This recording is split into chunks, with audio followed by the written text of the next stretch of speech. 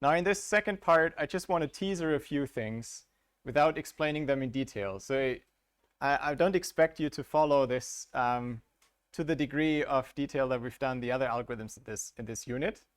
That's my compromise. I was asked to show you a few other divide and conquer examples, but I felt we won't have enough time for the other things.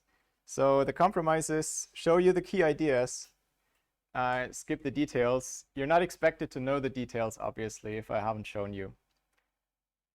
The first problem I want to look at is called the majority problem. That's, again, a very fundamental question. You have an array of things. This time I'm not even assuming that they're ordered in some way. Could be arbitrary objects. As long as you can take two objects and tell me if they're the same, I'm happy. And the question is there an object in this array that occurs in more than half of the positions?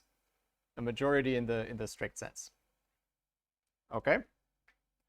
So it could be some election, right? It's ballots for some leader of some country without a prime minister or something, but not that we're having any elections, right? It's just a few people deciding. But let's stay with the abstract problem. If you think about this, it's not so clear if you can't use sorting how to do it. You could just take not sure if this is like doing that way, but if I was actually doing this in programming, what I would probably do is something like I'll turn the array into a set, data structure. Then I'll just like count the set of the set and see if I don't care about finding the element. Like just like something like use a set or just eliminate all duplicates, and then check whether the size of the collection without duplicates is larger. Yeah. To find if there's an element that takes up or costs more than n over 2 times. I don't hate the approach.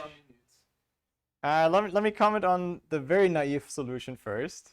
Then I recap your solution, which is interesting, but I don't think it's the most efficient way.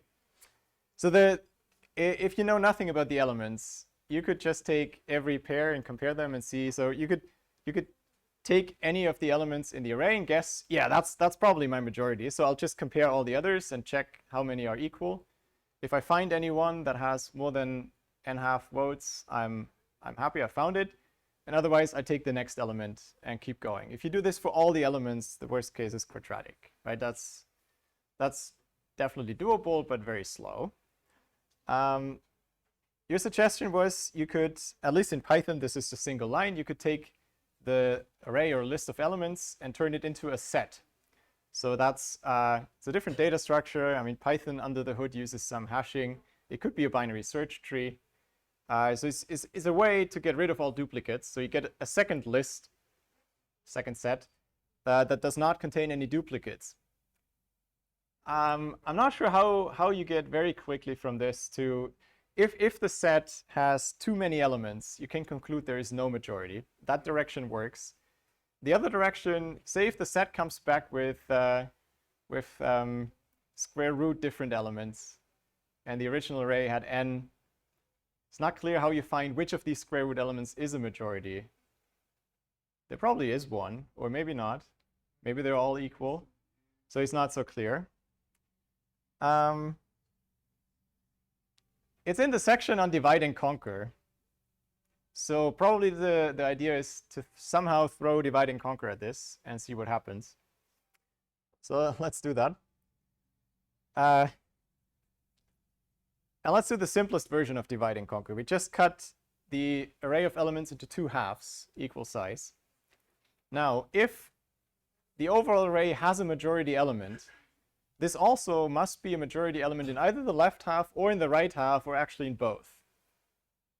Right? This is you can easily show this by contradiction. If it wasn't a majority in both halves, then there's not enough occurrences for the entire array. So we could try to do some recursive procedure that tries to find a majority recursively in the left half and in the right half.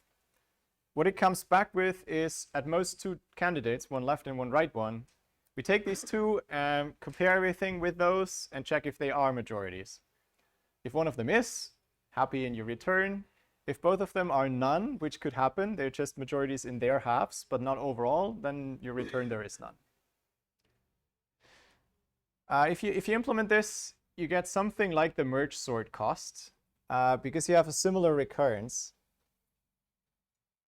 You have two calls for roughly half. Pardon?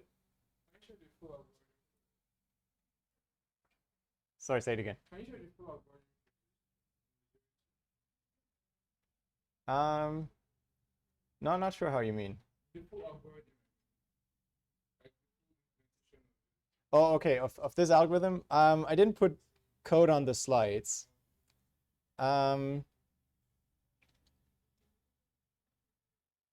So you need some boundary condition when to stop.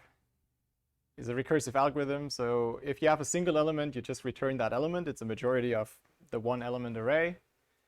Otherwise, you split in half. Now, there's the annoying corner case if you have an odd-sized array.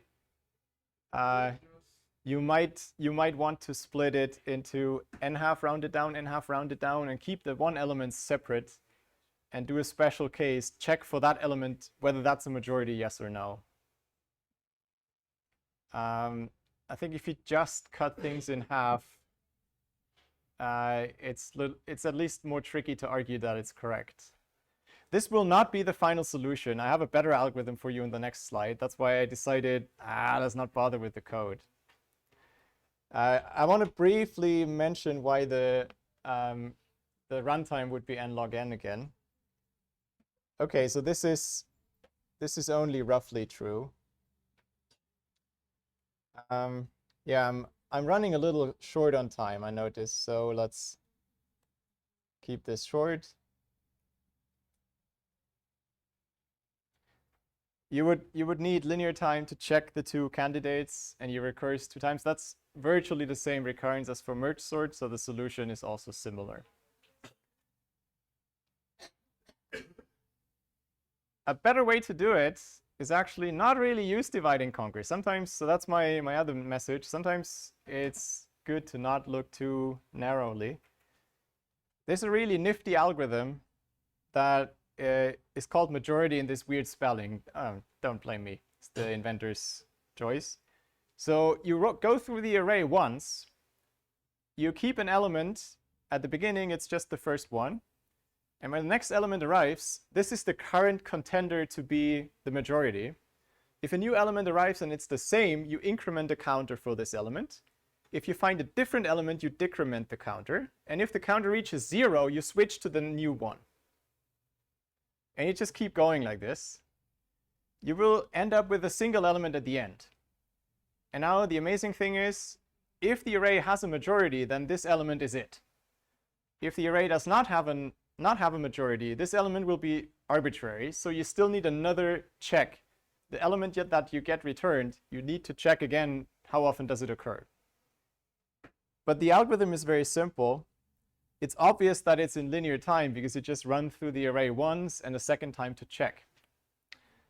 And the correctness argument is basically you play duels.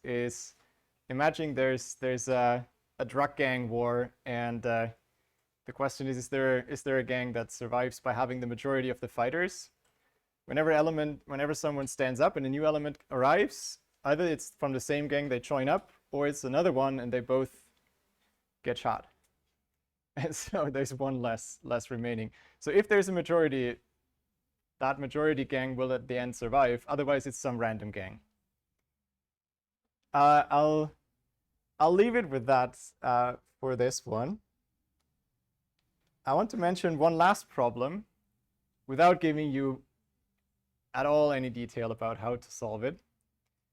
But I want you to know that it's solvable this way because it's a nifty problem, and it seems even less clear that you can do it. You're given points in the plane, so 2D points. They have an x and a y coordinate, n of such points, and your task is to find the 2 points that are closest in the standard Euclidean distance. You can again do this naively by taking every pair of points, computing their distance, and then keep the ones that had the minimum distance. But with a lot of more work, you can do this in n log n time, again with some divide and conquer ideas. The gist of it is you can sort the points by x coordinate, and then split in half the left points and the right points, find the closest pair recursively in the two sides, and then the closest are either in the left half or in the right half, or it's points that straddle the dividing line, one left, one right. And so for this last step, you can exploit that those 2 points can't be too close. There cannot be too many points close to the dividing line because you found the minimum distance on the left and on the right, so these can't be closer. And that way you can limit the time you need to check all these points in the middle. The details are a bit messy and tricky, and there's several steps before you get to the final time. So it's not obvious to spell out the version in n log n time. You probably first want to think about a version with n log squared n time. I decided to skip the details just in the interest of time. I just wanted to show this as one example where divide and conquer gets you a long way from n squared, and all simple ideas lead to n squared in this problem, but you can do much smarter things with a clever divide and conquer.